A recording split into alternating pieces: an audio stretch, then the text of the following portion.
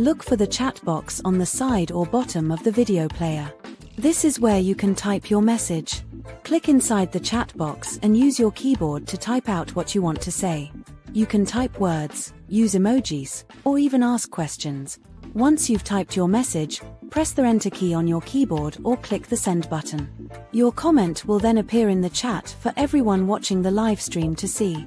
If you want to send another comment, just type it in the chat box again and press Enter or Send. Your new comment will show up below your previous one.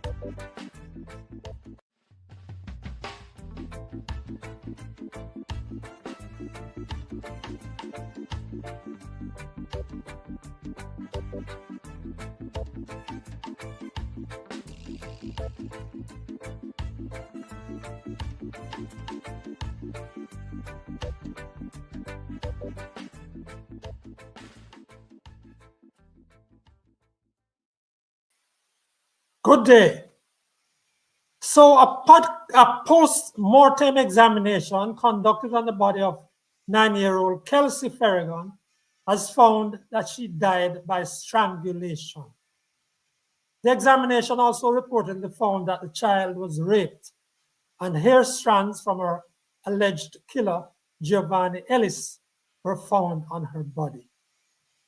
Frankly speaking, the post-mortem report details of the brutal death are likely to reignite feelings of horror, disgust, and revulsion about what happened to an innocent child a week ago in Joe Blaine, Spanish Town.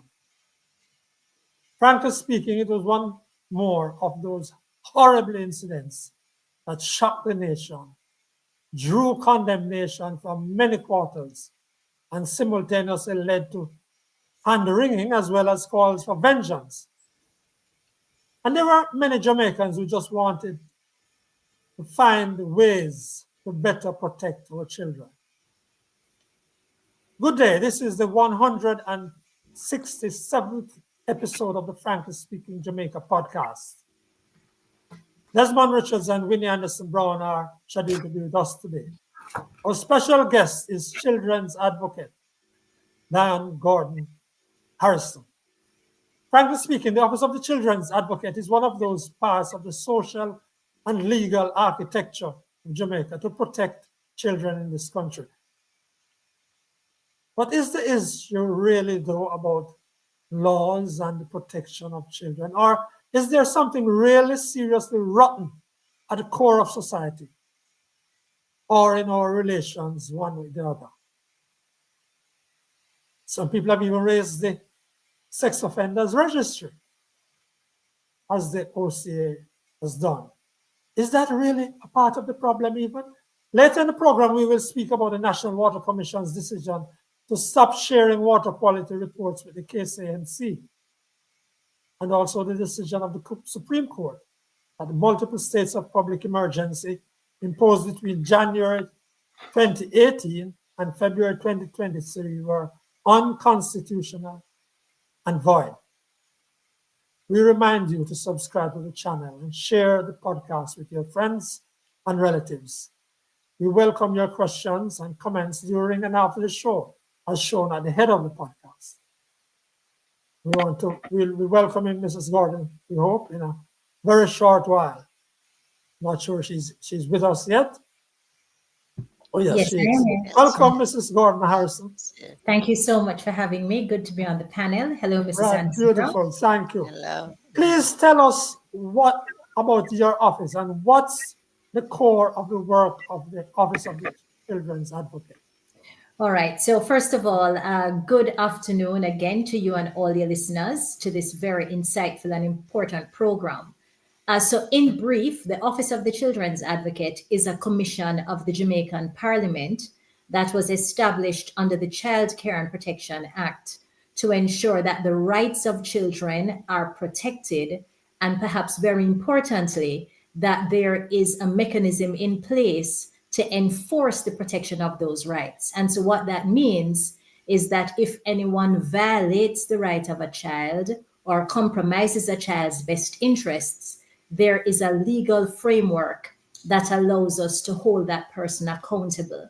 And that accountability may be through the more popular or more well-known rubric of having somebody charged. For example, if a child has been violated in terms of their sexual, autonomy, and there has been an abuse, then that perpetrator can be held, accountable before the court. But very importantly as well, where there isn't a single criminal person responsible, but we can institute a lawsuit on behalf of the child to recover damages, we also have the ability to do that. And very proactively, as well as part of our function, is that we issue guidance and recommendations and advice to different ministers of government, the parliament as a whole, when it comes on to any legislation, policy, or practice that could impact children. And then, of course, also to the heads of relevant governmental authorities that treat with children. We provide that kind of proactive guidance to ensure that whatever is being implemented conforms with the various rights of children. And of course, through a child-sensitive perspective and lens, we ensure that the practices do not have the capacity to occasion any harm to our children.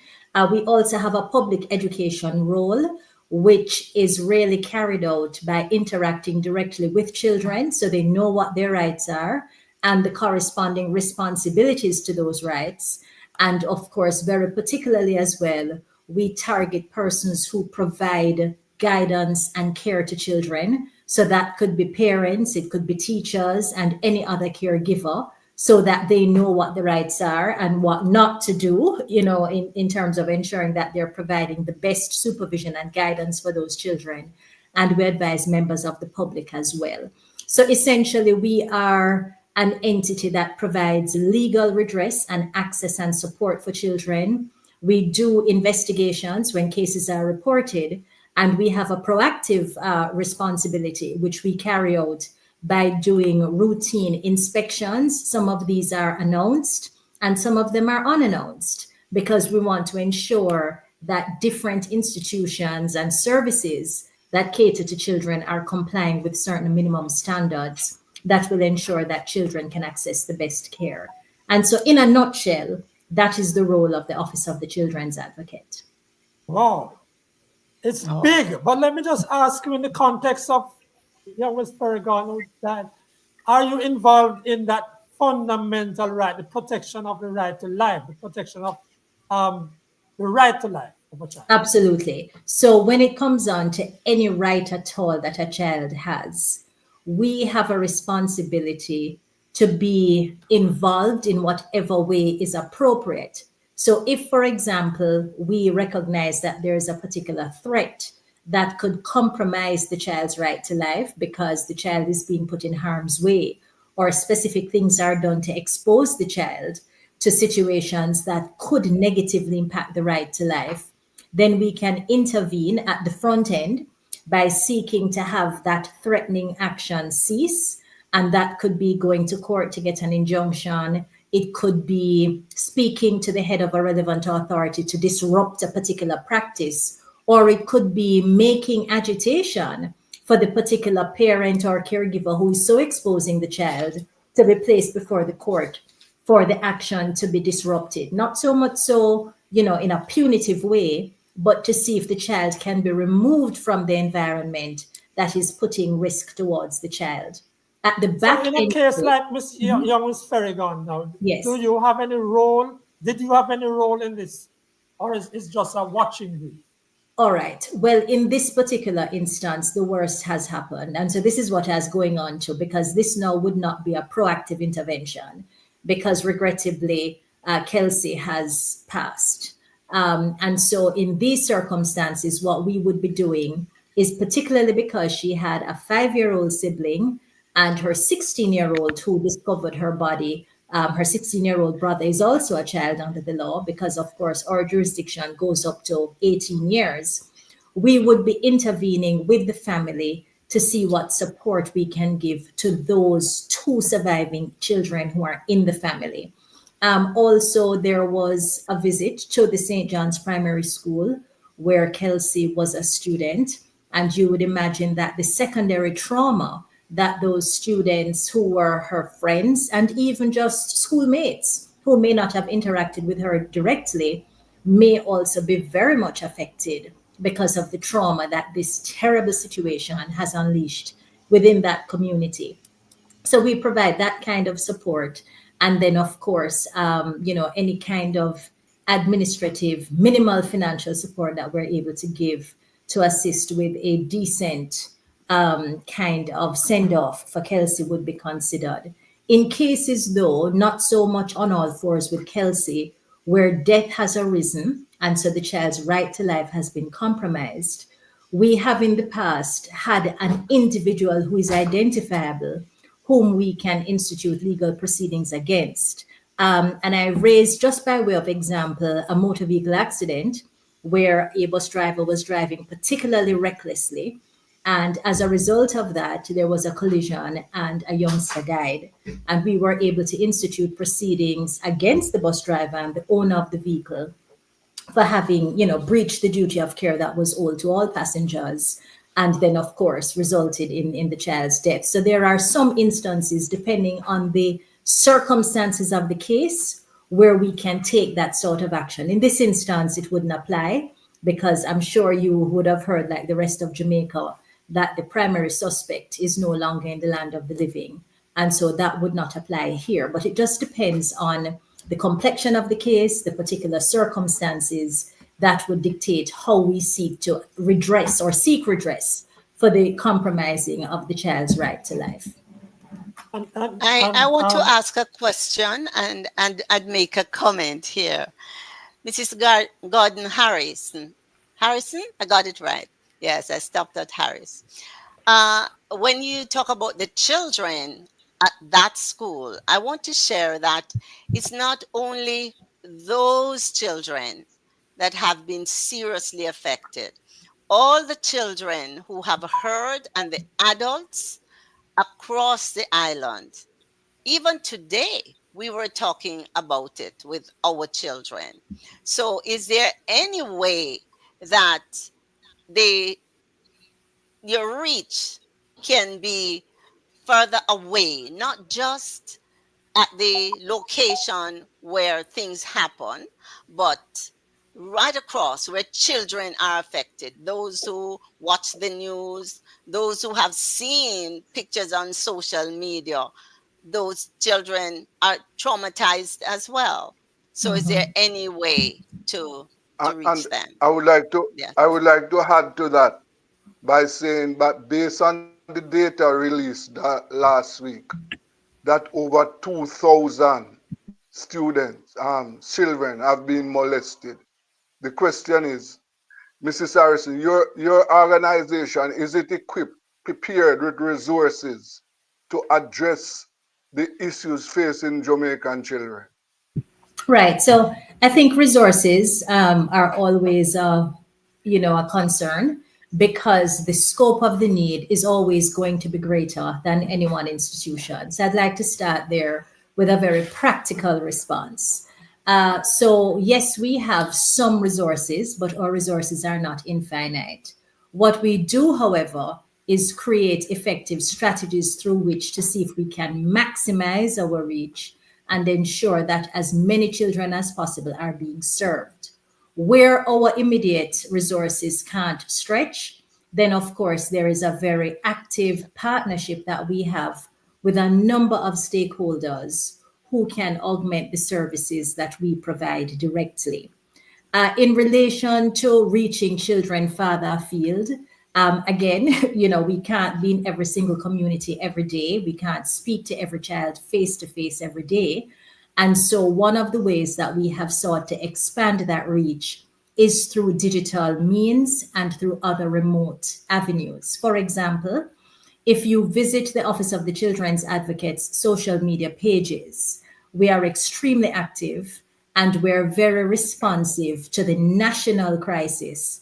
And so even though we have an ongoing program where we share tips of how to cope with different aspects of trauma, how to deal with things that are affecting children, how to have them encouraged to say, how to even seek self-help within the context of a guidance counselor or some other process. we also have a very responsive mechanism. So in this case, where Kelsey has died, for instance, our messages now would be much more targeted to how children can cope with trauma, to how children who have been affected can seek to speak about difficult things, and equally important, how those adults who are in their lives can seek to pick up on any changes in the temperament of their child, in the disposition, any particular means through which they can unearth the concerns that their children may not feel so empowered to speak about,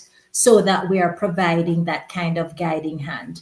And thirdly, in a bid to reach children farther afield, the Office of the Children's Advocate now operates a 24-hour child and teen helpline that operates 7 days per week and is staffed with counselors and psychologists who respond immediately to children. And we provide the feedback to them through the means through which they reach us. So if they call us on the toll-free number because they want to speak to somebody. Can you tell us what that toll-free number is? Yes, it's 1-888 SAFE-SPOT, because the name of the helpline is SAFE-SPOT. That's SAFESPOT.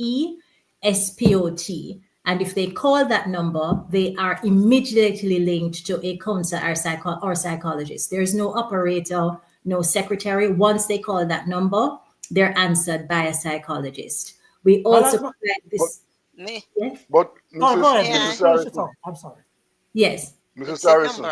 Yes. What, Mrs. Harrison? Yes. What strategy that you can find to deal with a situation where, based on the data, a significant number of child molesters are relatives and persons who are close to the children?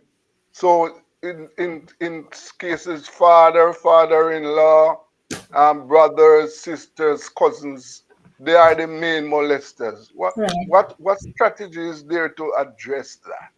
The major preventative strategy, not only in Jamaica, but in a number of jurisdictions, has to be public education. Knowledge is power, and sharing the information with our various communities, our parents, our school administrators, and in fact, any adult who has to deal with children, is to just let them know what the facts are. And that is that overwhelmingly all across the world, it has always been that it is persons who know children and who have access to them are more greatly represented in the data as perpetrators, both alleged and convicted. And so the number one strategy has to be very targeted and creative public education strategies. For example, we have a school tour that the Office of the Children's Advocate operates right across the island. And in those school tours, we're engaging students, we're engaging teachers and other professionals within the school space. And in some instances, depending on how the school helps us to organize it, parents, so they know what the threats are. The other way is to have the digital campaign, where we can't be in every school every day because that's just not feasible, but to really advertise how we can share tips that persons can use to keep their children safe. The third strategy is through a plethora of collateral material that we have developed at the Office of the Children's Advocate, which is very specific to different categories of exploitation and abuse that children in Jamaica are at risk of. And so that to me is the number one strategy, so that persons are aware that it's no longer just stranger danger, but it is that you have to really look at very creative and effective supervisory protection when you talk about who you leave your children with. It can't just be because it's Uncle Joe, it's all right, or because it's Mary Lou, nothing is going to happen.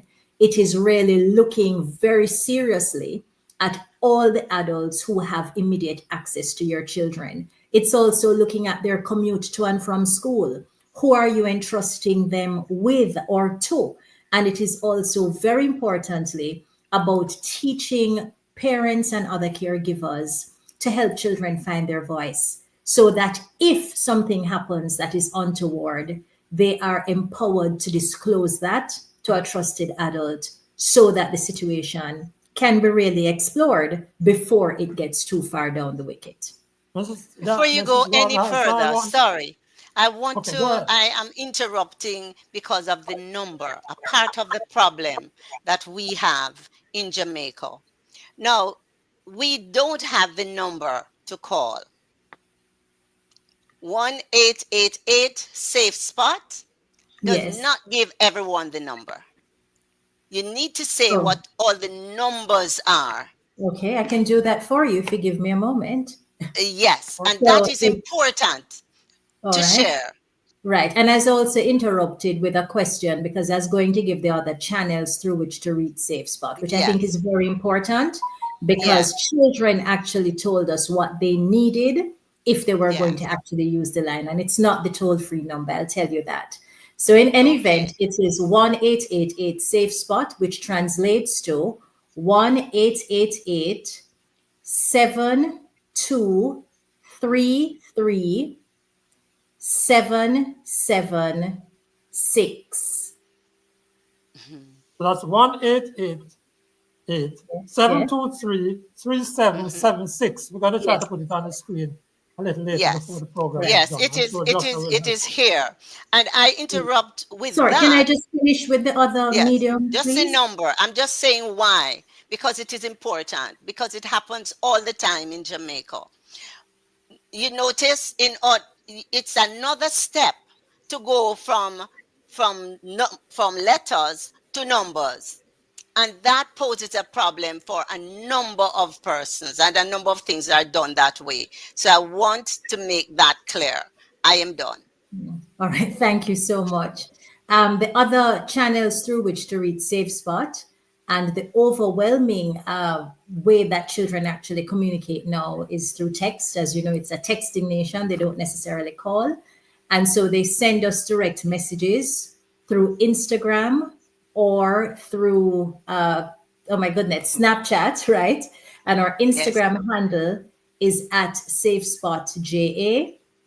And there is also a text line that they provide us that provides them with direct access. And I'm going to share that text line with you because that's our WhatsApp number. Okay. Yes, and that number is 876-439-5199. Okay. And our hashtag, I think, says it all. Just call, WhatsApp, or DM. Help is here. Link up anytime. And so we provide 24-hour access to children to help them cope with whatever it is that's bothering them. Whether it 439-5109 is your WhatsApp number. No, 5199. Okay. Yes, I've written them down. I'm going to give them to Joshua just in case he has not picked them up, so we can continue there. But I wanted to take up on a part of the question that Desmond asked earlier, Mrs. Gordon Harrison. Particularly, you mentioned that resources are not infinite. That's fine. But you say you do investigations, for example, sometimes unannounced. What number of people you need for that? And what number of investigators do you really have? That's the first part of the question. And the second part of it, following up on Desmond's question again, is since these are not strangers who are so often abusing children, sexually in particular, how important is the sex offenders registry, which I've heard you raise as well again recently? How important is that in this whole scheme of things? All right, so I'll start with the second question first. So as you know, we do have a sex offenders registry in Jamaica. At the moment, it is generally what would be described as a closed registry because it's not open to John public. It is open, however, to persons who make a direct request of the registrar for the purposes of checking to see if there's any named individual who is on the register. So for example, if you are employing a teacher or a caregiver or someone who is going to be a coach, for example, and you know his name is John Brown, you can make a request to the keeper of the records to see if John Brown of so-and-so is listed as a sex offender, because you want to ensure that the person you're engaging is fit and proper, which is different from what happens, for example, in many of the states in the US, where everybody knows, the person who works at the grocery store, everybody knows that a sex offender lives here. Our situation arose, and I like to share the context, because of Jamaica's relatively small population and the history of really having a penchant over the years for taking justice into one's hands. Jungle justice is not something that's foreign to Jamaica. And so that was one of the primary considerations for having the register structured the way it is. I raised my comments, however, in the context of not only Kelsey's death, but a number of other instances where we see persons who live right next door or who live in the community who are the ones that are harming children, unknown to persons who are other members within that space who are coexisting with them. And so I said, perhaps it is time for us to have a relook, not necessarily to have it fully accessible by John Public, but perhaps through a more structured way, perhaps through citizens associations, perhaps through the mayor of the parish or the custos of each parish or something, to say, if there is a registered sex offender that is going to be living in community X or community Y, that there needs to be a more proactive kind of monitoring is a strong word, but just a way of sensitizing, residents that they need to be a little bit more diligent because, this reality has existed.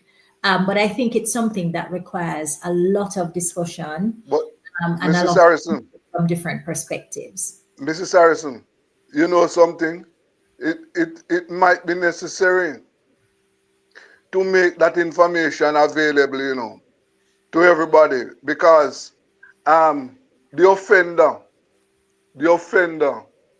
this might be a warning to offenders that, listen, don't do these things, because what I am doing, I am exposing myself to danger.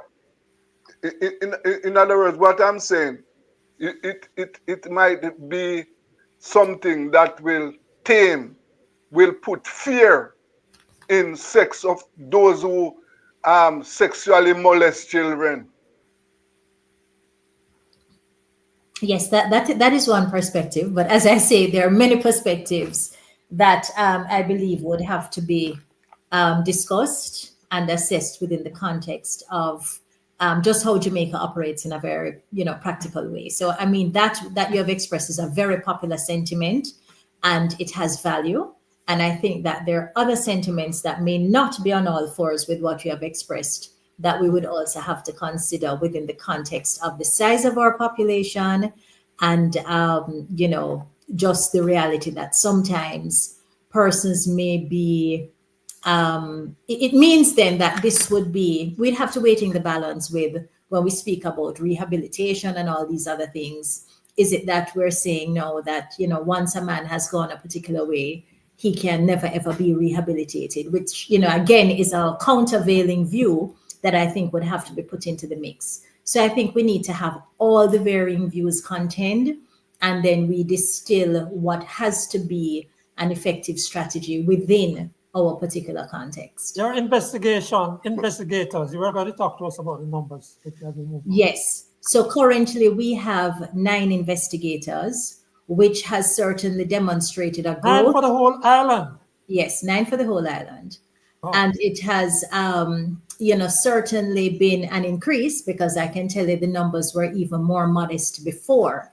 And so this is where I think the reality of really defining what it is you are established to do is very effective, because whenever there is a criminal matter, we're not necessarily the first port of call.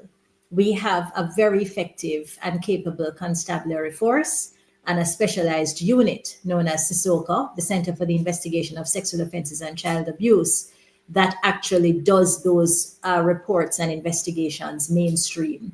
So it sounds small, but when you realize that we're not investigating every single case, it puts things in context a little bit. Could we do it more? Absolutely. But as I said, we try to quote up the island, if you will. You know, we look at the various counties and we have our investigators try to work within the context of prioritizing matters, for one, and also doing very in-depth and collaborative work. So we have teams that work within the office and try to cover what needs to be covered. And then we work in partnership with a number of other entities, including also the Office of the Public Defender and Indicom, where we have transgressions being reported against minors. So it's a collaborative approach that we have to embrace as a part of our strategy, even as we continue to make the case for an expanded set of human resources. I have to throw in this question from a viewer. She's asking, how would the OCA have helped? How could the OCA have helped to prevent the horror that Kelsey endured? We couldn't, and that's the sad truth. We were not with the perpetrator. We would not have known that the perpetrator would have even thought of doing something like this. So in terms of a specific intervention that we could have made on Job Lane to prevent this happening on Friday of last week, we just could not have done it. And so it goes back to what has to be a macro approach. So certain questions, for example, who were the adults in the home at the time? How long were the children without adult supervision? What was the context of, the physical safety of the space? All of these things are things that we discuss and we are very, very clear on when we're dealing with what I cited before as the way to help build up the system of protection around our children. And that is having persons who provide care for children, like parents and caregivers, know that you can't take anything for granted. Know that you always have to have an effective system of protection around your child, knowing that you can't trust people. And so if parents start to be a little bit more vigilant, it helps with increasing the rubric of protection around the nation's children. So and it really is family and the fact that the accused was charged for an offense, was on bail, as a matter of fact. The community did not know that. If the community knew that this is a man who's supposed to be watched, I'm sure that, or I believe then, that eyes would be on him. But Right. he was there as an innocent person and someone who should have been watched carefully and not allowed around children.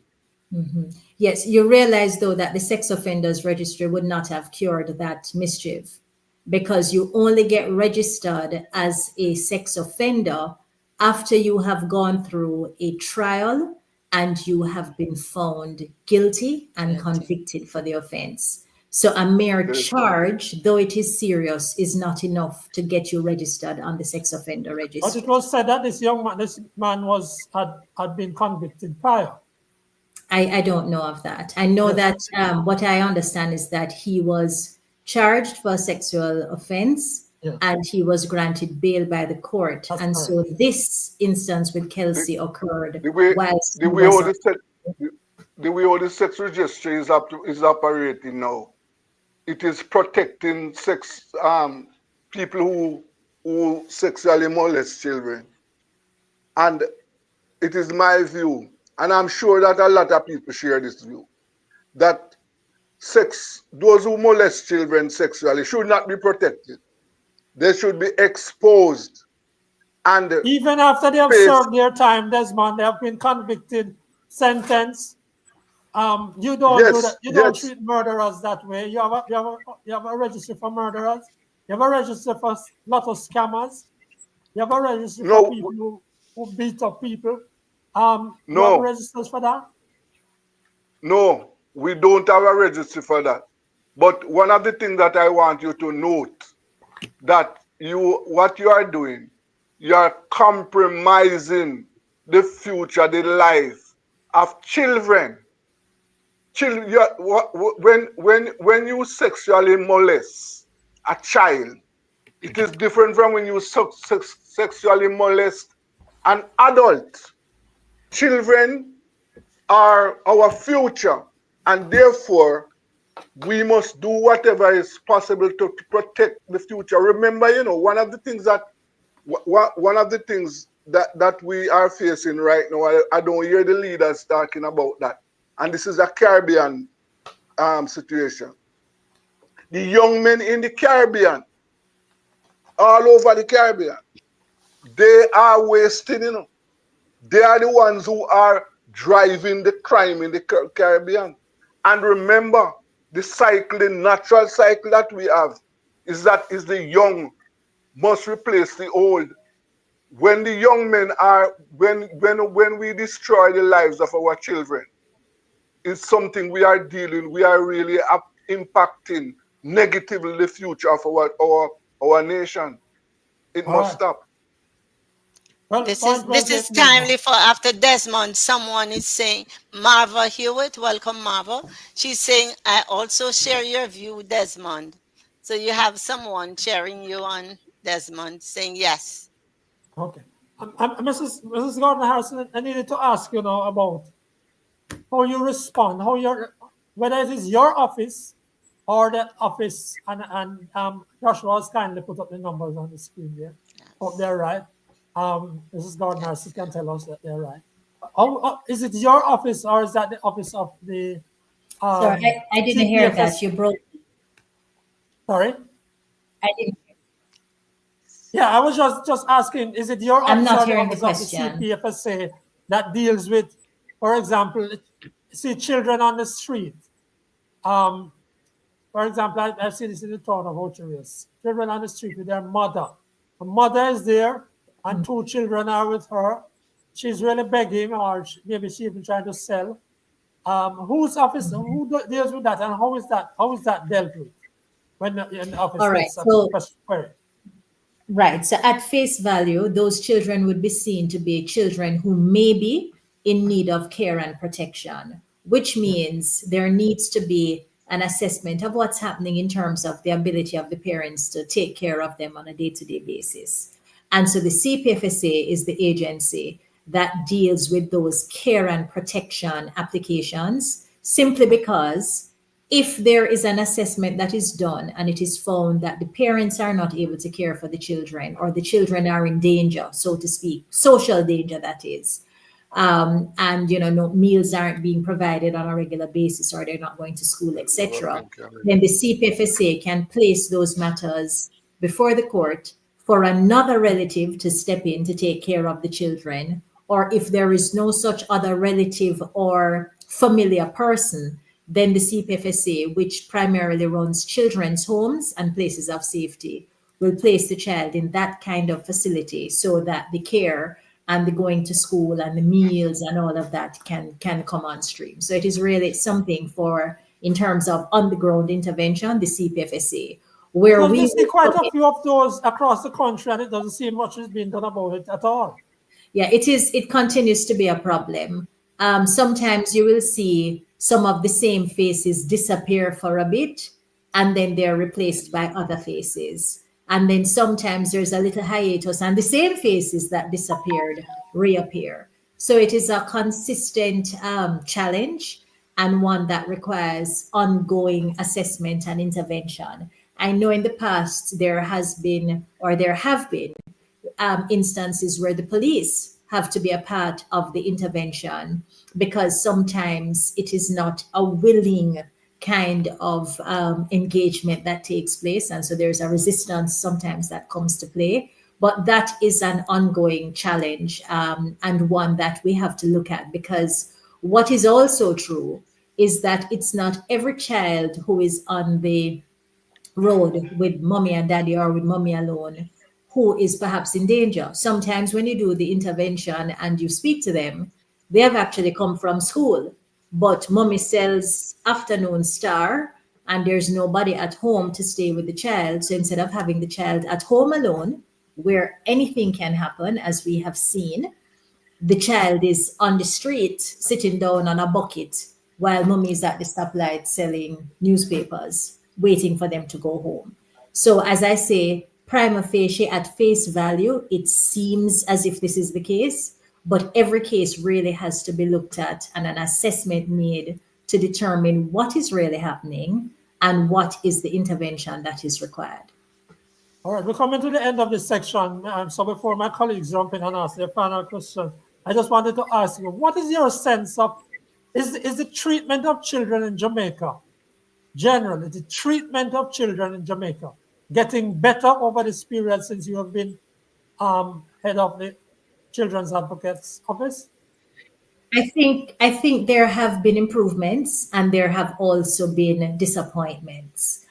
We see generally a great inconsistency, if there is such a thing, because in Jamaica there's so many different realities and different pockets and different circumstances that children find themselves in. So in some quarters, children are thriving, children are achieving, they're in school, they're well adjusted socially, and they have adults in their lives who really mean them well and are providing them with that foundation that they need to spring off and be amazing. We have children too at the other end of the spectrum who are not being cared for consistently, who are being exposed to all sorts of negative influences, not just physical abuse, but there is rampant emotional abuse where children are told that they're nothing, that they can't achieve, that they're less than. And all these things that really affect the psyche of children, affect how they see themselves, and really belittle their efforts. And that translates into a lifelong kind of baggage that they have. And then we have the situation in the middle, whereby children are being supported and everything goes well generally, but then there is one consistent situation that is negative, and it's coming from someone who is very central in their lives. So they have all the trappings of everything that should go right, but at the core of it, there is something that's coming from an individual whom they attach a lot of influence and import to, and that one intervention is making them have a lot of self-doubt. So it's a mixed bag. We're making gains. I mean, before we never had cases that we could get money for children when their rights have been affected. So we're making gains, but there's still a lot of work left to be done. I can give Franklin an answer to that. In Jamaica, there are two categories of people who are maltreated: the elderly and the young. I saw, for example, the Minister of Social Security in the House last week making a grand statement about increases for elderly. $400 and $600 is the increase. No, pensions. No, one of the things that I sit and I ask myself, when we talk about money, one of the fundamental questions we must ask ourselves, anytime we're talking about money, is what it can buy. Because if in Jamaica, $400, what can $400 buy? And $600. So you're talking about increase for elderly. And what you're giving them is $400 and $600 per month. No. Yes. We don't treat young children and old people well in Jamaica. Might well be. When you want to take those comments before? Yes. That looks like Loy. May I have back that comment from Loy? Yes. Yes. This looks like Loy H. there. JP, she says, what is being done in communities across the country to assist families with this growing problem? That's a question. And may we just take the one from Marva as well? Marva Hewitt says, I have to say CFSA appears to be failing the vulnerable. We need to do much better. Right? You want to I have a stopped closing at comment? C. You see, one of the Mrs. challenges when you use acronyms or Yeah, CPFSA. abbreviations. Yes? It's CPFSA, she said. Right. So that is what slowed me down Do because you I want to take that realized, one too quickly, yes. just before Mrs. Sarson makes her final comments, wrap-up comments? Yes, what is being done in communities across the country to Okay, assist you have that one. families with the growing problem? I read that one Okay, before from Loy A. Right. Steer. Yes. And okay, I'm assuming that the growing problem is that of sexual abuse of our yes, children. I'm going to assume that's what it is. Sounds All good. right. So as I said, parish by parish in various communities, we have our OCA school tours from our perspective. And we also have a community intervention called OCA Do Road, where we actually are in the highways and the central places of various communities. So it could be a community bar that everybody goes to. It could be the taxi stand, it could be by the clock, it could be in the market. And we literally engage persons right there on the spot to tell them about the issues that we're seeing based on the reports that we're getting from their particular community, and also to hear what issues they have and give them practical strategies on the ground as to what to do.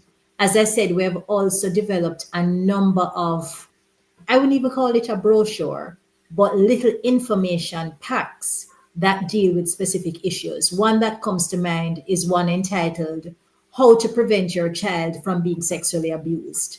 And we have actual tips in that to tell parents what they can do depending on the age of the child to prevent sexual abuse. We also have one that speaks about what to do if you discover that this has happened, so that the help that the child will need, which has to be very immersive care, psychosocial support, and a quick response, we take parents and caregivers through the steps as to what to do if they discover that this happens. We have another one that talks about how to get your child to speak to you, how to get your child to raise what may be a very daunting issue about something, not necessarily an actual act of sexual abuse, but something that made them feel uncomfortable, something that made them feel a little bit iffy around a relative or a neighbor, so that you can know how to shift up your arrangement and how you interact with that person when it comes on to your child. So those community interventions are some of the practical ways that we do it face to face. As I said, I think I've said it repeatedly now as well, we have a very active social media presence where we give tips on a weekly basis. And we really encourage persons to log on to oca.gov.jm to see those tips, and also to go to SafeSpot JA, so that you can see actual things that you can do to help prevent. And if God forbid it does happen, actual tips now on what to do when you have so discovered, so we can deal with the repair in a very effective way. Okay, we want to thank you very much for sharing with us, Yes. sharing the insights, sharing the work of the Office of the Children's Advocate. I am very grateful to you, and we have the numbers. I'm sure Joshua is going to show them again before the end of the program. 1-888-723-3776 for those who want to use the phones. That's 1-888 Safe Spot. Winnie doesn't like it put that way. And then we also have 439-5199. And Joshua will put them up again. We want to commend your office to the nation, Mrs. Gordon Harrison, and thank you very much for spending time with us, taking us through these issues of how you work with the children of Jamaica. Thank you for Thanks having again. me. All the best. Yes. Okay, a special thanks to her.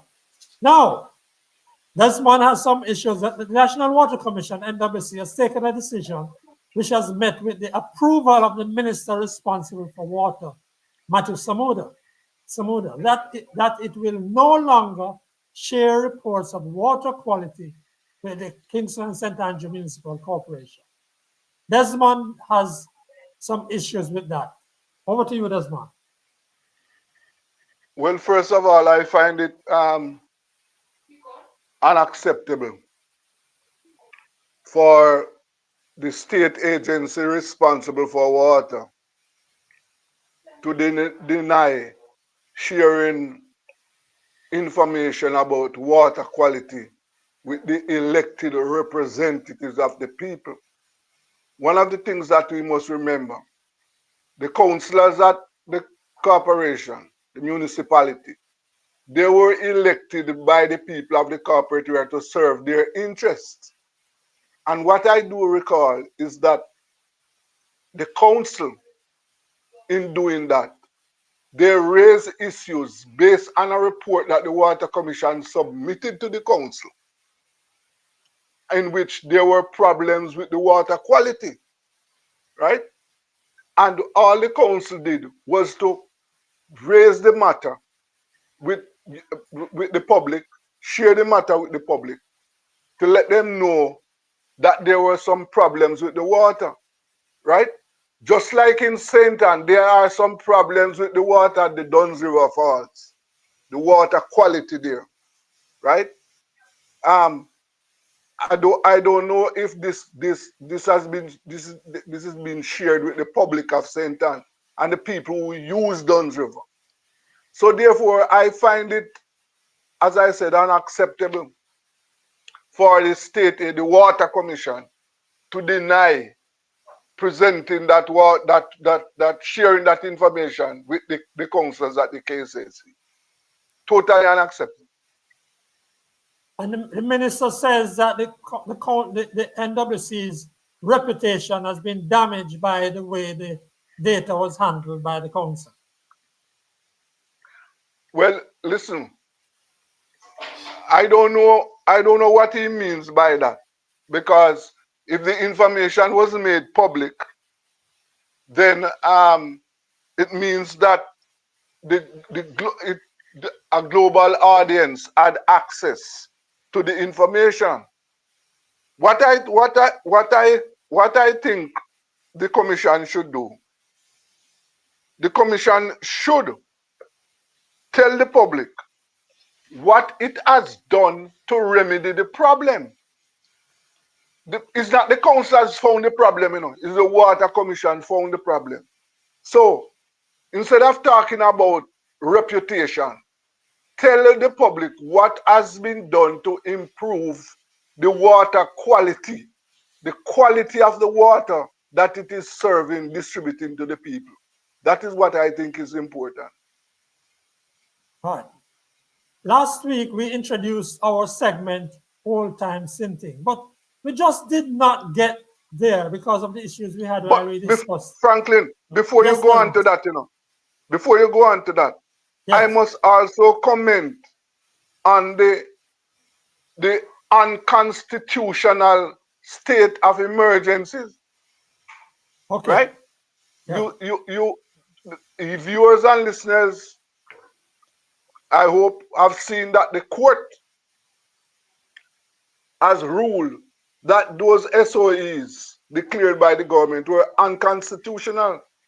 Now, a lot of us felt that it was unconstitutional. A lot of us. And those of us who raised our voice, including the opposition, were shut down, right? We were told that we were fighting against crime initiatives. But here's the court telling the government that, listen, the Supreme Court ruled that multiple states of public emergency imposed between January 2018 and February 2023 were unconstitutional and void, as Joshua thankfully has it on the screen. Yes, and so what? I think over 11,000 people were detained, and as you know, most of these people who were detained are the lower class black people in Jamaica. They are the ones who were detained.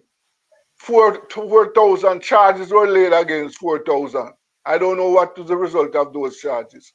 Now, what is going to happen to the rights of those people who were illegally detained? They should be compensated because the government failed to observe human rights in its crime measures. When you are fighting crime, I think most Jamaicans are in support of crime fighting measures, because crime is an ugly thing. But in doing so, you must respect the rights of the people. And on most occasions, those rights is mostly the people at the lower class of the society. They are the ones whose rights are being abused. All right. Well, I have quite a bit of myself to say about that and about the fertilizer thing, but the program is not unended. So we're going to have to take on our role of old-time synthing, which we thought up last week. And we had to jump away from it because of the St. Anne's Bay Regional Hospital issues. So Joshua, here's how Joshua's depicted it, our new segment.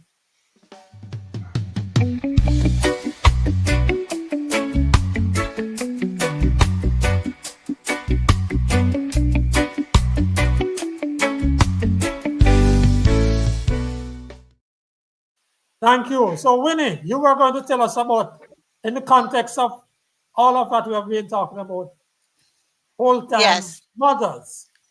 Yes, and that takes me, I must make this disclaimer at the beginning. I am not saying that old-time mothers were good mothers. They were all good, and mothers these days are not good. There's no time in history when things were all good or all bad. It's always a mixed bag. That said, I am taking you to that mother this week, the week past, the mother of Kelsey. Not of Kelsey. I'll take you to her first, her pain, and then to the mother of the alleged perpetrator. And those of us who heard what that mother said, the mother said she did not want him taken in alive. She would prefer to see him dead. And many people said, isn't that something unnatural for a mother to say, though? It is. Yes, It is uncommon, but not unnatural. When a mother realizes that her child is a menace to society, her child has brought disgrace to the family, it's not unnatural or uncommon for a mother to say, I'd rather to see him dead than for him to continue like that. Because many mothers... Yes. Winnie, it is uncommon. I hear you, Desmond. As a woman, I am telling you that it is not, it may be uncommon, but it's not unnatural. Hear what I'm saying? I am telling you that as a woman, as a mother. Not every mother is happy that their children are bringing shame and disgrace to the family. They're not happy. They are not happy, and they want to see an end to it. I have heard mothers say, I prefer to bury him. I prefer to bury him than for him to continue to behave like that. So I am not surprised that a mother came out and said that. But what is unusual is to have that for the whole nation to hear, because of the way it was said, it was recorded, that more people hear that. But that sort of thing you would not hear much of, Desmond, because not many mothers are going to tell you that. They're not going to talk that for many people to hear. Yes. So let me say that when a mother feels disgusted, it is sad. Old-time people, and whether you're old, whether you are young, a young mother, a mother is different and we are the ones that nurture the children. So it pains a mother's heart to see a child go astray, regardless of what you see. Thank you. So I won't say much more on that. And we are so sorry we can't go on to some of these things that older mothers used to do. But as you say, it's not all bad and not all good. That's our show for this week. We thank all of you in the audience for watching live, and we invite you to share the podcast with your friends, colleagues, and relatives. We saw a few comments which we weren't able to take, but we took quite a few of them. You can watch this podcast again anytime on the Frankly Speaking YouTube channel. Please remember to subscribe to the channel if you haven't yet done so. Remember, this same link takes you to the recorded version on YouTube. Special thanks to our guest this week, children's advocate Diahann Gordon Harrison, and to our commentators, Desmond Richards and Winnie Anderson Brown. Thanks also to graphic artist Joshua Black, our technical producer. I'm Franklin McKnight. Until then.